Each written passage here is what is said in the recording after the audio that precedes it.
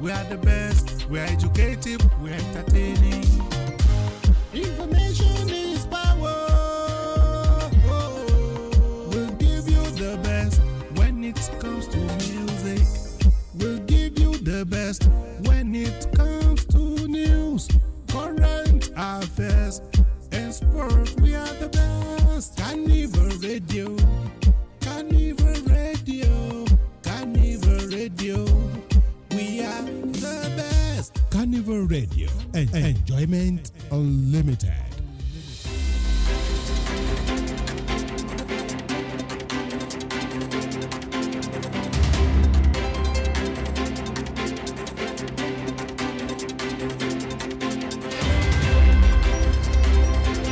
Good evening and welcome. This is World News from Carnival Radio. I am Oluwadamilare Badmus. To begin the news this evening, the International Monetary Fund. We start from Africa.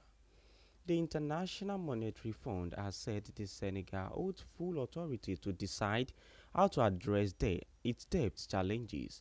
It confirmed discussing options with Dakar during a recent staff visit, amid concern over the country's growing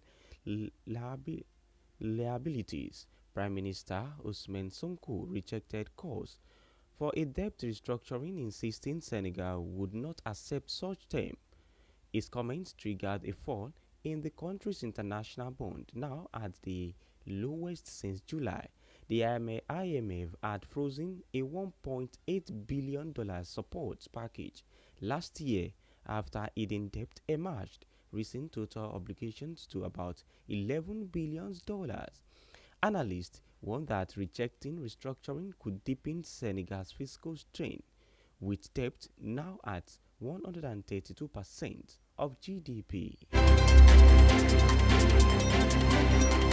Moving forward to Asia, a suicide attack outside a court in Pakistan's capital, Islamabad, has killed 12 people and injured at least 27 more in Pakistan. News reports that a bomber was planning to attack the district courthouse but was unable to get inside. It will never remains unclear who carried out the attack. Suicide blasts in Islamabad have been rare in recent years. Footage from the scene Tuesday shows the remains of burnt-out car and a police cordon in place. Meanwhile, the 27 people injured were said to be receiving medical treatment. In North America, the U.S. Senate has passed a crucial funding bill that could bring the longest government shutdown in history to an end within days. The bill passed in a 60-40 vote, with nearly all Republicans joining 8 Democrats who split from the party to approve it. The deal funds the government until the end of January. The House of Representatives will have to pass the bill before President Donald Trump can sign it into effect. Trump signaled he would be willing to do so earlier on Monday. In Europe, events and services have taken place across Northern Ireland to mark Armistice Day.